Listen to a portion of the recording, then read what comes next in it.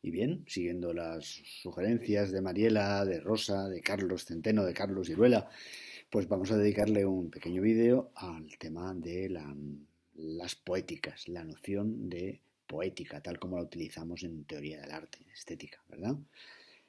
Mariela plantea unas cuantas preguntas que voy a contestar, no os acostumbréis, estas las voy a contestar, pero antes voy a exponer un poco los lineamientos de la cosa, ¿vale? Para que nos podamos situar.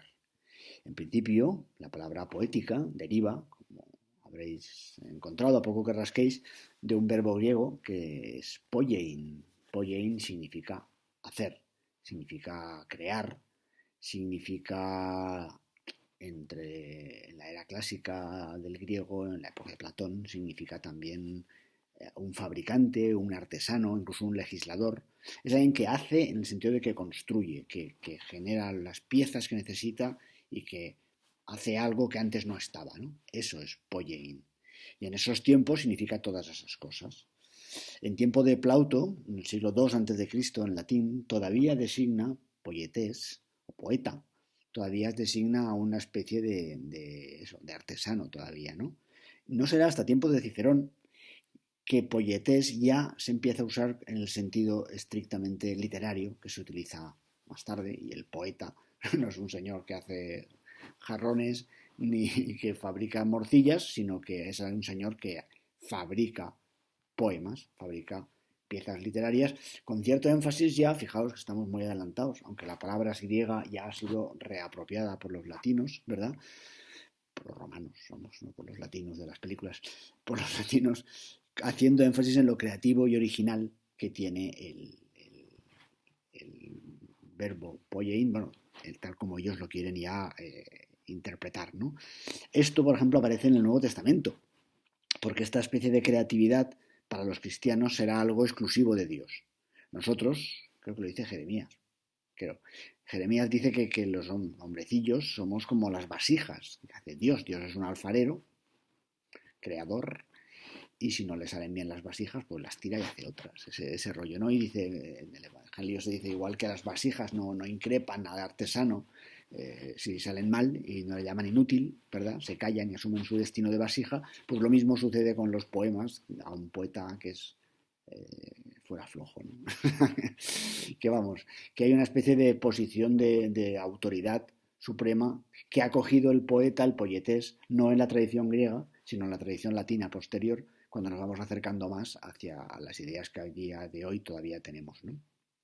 Fijaros que esto se ve también en otras palabras como autor, que parece que un autor sea, wow, un creador de la nada, ¿no? Mientras que en la Edad Media autor deriva de augere, que significa aumentar. Un autor es un aumentador, es alguien que coge algo, que recibe algo, un repertorio, y que lo aumenta aplicando sus propias disposiciones, ¿verdad? Pues eso. Entonces ahí tenemos el origen de poeta, poema, epopeya y también poética. Pero vamos, igual que en esa evolución de los griegos y los romanos se han ido perdiendo matices o añadiendo otros o afinando la palabra, afilando la palabra, la noción de poética que vamos a manejar también descarta otros usos. Para empezar, poética tal como lo usamos en estética, en teoría del arte, no tiene nada que ver con la poesía. La poesía es un género literario, ya sabéis, esa gente que escribe en líneas cortitas. Y por tanto eso se va por otro lado, aunque tenga el mismo origen, pero sigue una historia conceptual diferente. También es diferente de la trayectoria que sigue la noción de poiesis en tanto categoría.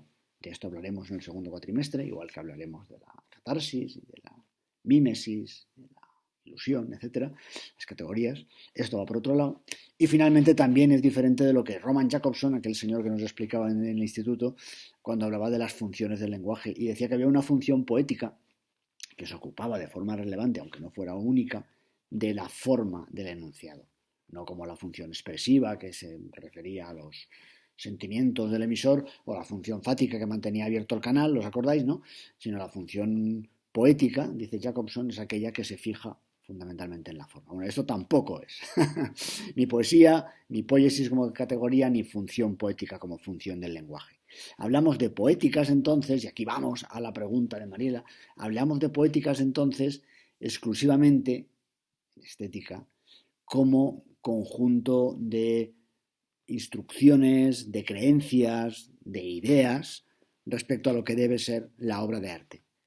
Una poética es un programa, es una propuesta, en torno a la cual se agrupan diferentes artistas que crean siguiendo, que construyen su arte siguiendo las directrices, las recetas, asumiendo los puntos de partida de esa poética que les une. Por ejemplo, el surrealismo es una poética. ¿Por qué? Pues porque el surrealismo da una especial importancia a los, como sabéis, a los sueños, a lo maravilloso. Tiene unas técnicas determinadas que prioriza, como el automatismo en la escritura, poesía automática o en la pintura. Tiene una consideración muy elevada por lo inconsciente, ¿verdad? En fin, toda esa serie de creencias, insisto, recetas, directrices, ideas compartidas, constituye una poética, ¿vale? Hay que distinguir,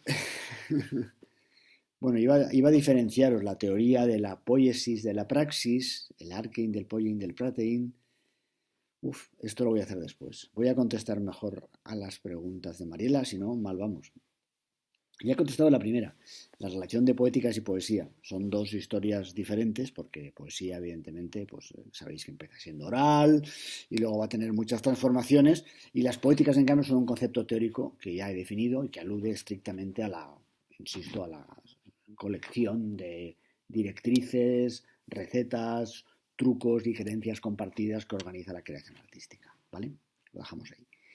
Lo que llamamos poéticas, por tanto, segunda pregunta, es algo así, efectivamente, reflexiones del hacer. Bueno, son más bien modulaciones del hacer, especificaciones de eso que hacemos. Porque hacer, lo que se dice hacer, podemos hacer muchas cosas, pero las poéticas restringen el ámbito de lo que podemos hacer, ¿verdad? No se trata de que hagamos lo que queramos abiertamente, sino que nos autoinscribimos en un lenguaje, puede ser incluso en una tradición, claro, las vanguardias es una tradición inventada, pero puede ser una tradición heredada, ¿verdad? Y entonces, en la medida en que jugamos en ese equipo, no somos futbolistas que vayamos por libre, corriendo de donde nos da la gana y metiendo gol en diferentes porterías, sino que nos agrupamos, formamos un equipo, bien de gente que es coetánea, que vive en el mismo tiempo, o bien de gente que se identifica precisamente por compartir una poética. ¿Es algo la poética, pregunta Mariela, que podemos desmenuzar, identificar y estructurar? Sí, claramente, porque normalmente en las vanguardias toma la forma de un manifiesto y de una propuesta específica de organización de la creación artística. Cuando no hay manifiestos, yo que sé, no hay un manifiesto del gótico, sí, en cambio, también se puede investigar, se puede estructurar, se pueden rastrear los elementos estilísticos, se pueden rastrear las técnicas utilizadas o recomendadas, los temas a los que se recurre y, por tanto, estructurarla y pensarla. O sea, pregunta 3, sí, se puede. Pregunta 4, ¿existe una taxonomía de las poéticas? ¿Hay un número limitado de poéticas que existen? Bueno, pues nadie lo ha limitado, porque de hecho es una combinatoria de diferentes elementos. En el segundo cuatrimestre, últimamente lo aplazo todo el segundo cuatrimestre, en el segundo cuatrimestre, con la estética modal 2, hablaremos efectivamente de una cierta taxonomía, no para acogotarlas, sino como forma de entender las diferencias entre unas y otras. Lo haremos con teoría de estratos y veremos cómo hay poéticas que priorizan lo matérico, otras que priorizan lo somático, lo corporal, otras lo psíquico, lo mental y otras más lo simbólico, lo cultural y tal. Pero esto será parte del segundo cuatrimestre y bueno, en ningún caso supone que se limiten las poéticas. Lo que se hace es intentar ofrecer una manera de distribuirlas, de entender en qué se relacionan unas con otras, ¿no? ¿Cuándo nace una poética? Pues cuando un artista o una serie de artistas y de teóricos se ponen de acuerdo en escribir algo así como un programa, o no poniéndose de acuerdo, simplemente coinciden, porque está en el espíritu del tiempo o en lo que el paisaje de alguna manera acaba conduciendo a hacer, ¿no? ¿Nace de la repetición? Es la sexta pregunta. ¿O de un conjunto? ¿Puede ser individual? La poética de un escritor en concreto, por ejemplo, y tanto, puede ser individual. Tenéis un gran ejemplo en Pessoa. Pessoa, como sabéis, es un poeta portugués que tiene heterónimos. Es decir, no es que firmara con un seudónimo para disimular sus poemas y que no le identificaran. No, él tiene varios autores que son otros, pues son heterónimos, son otros nombres, y cada uno de ellos, en la poética de Pessoa, tiene una poética específica. Ya no es que la tenga, no es que la poética de Pessoa sea la de Pessoa, sino es que encima él se inventa 4, 5, 6 otros nombres, otros poetas, cada uno de los cuales desarrolla una poética característica.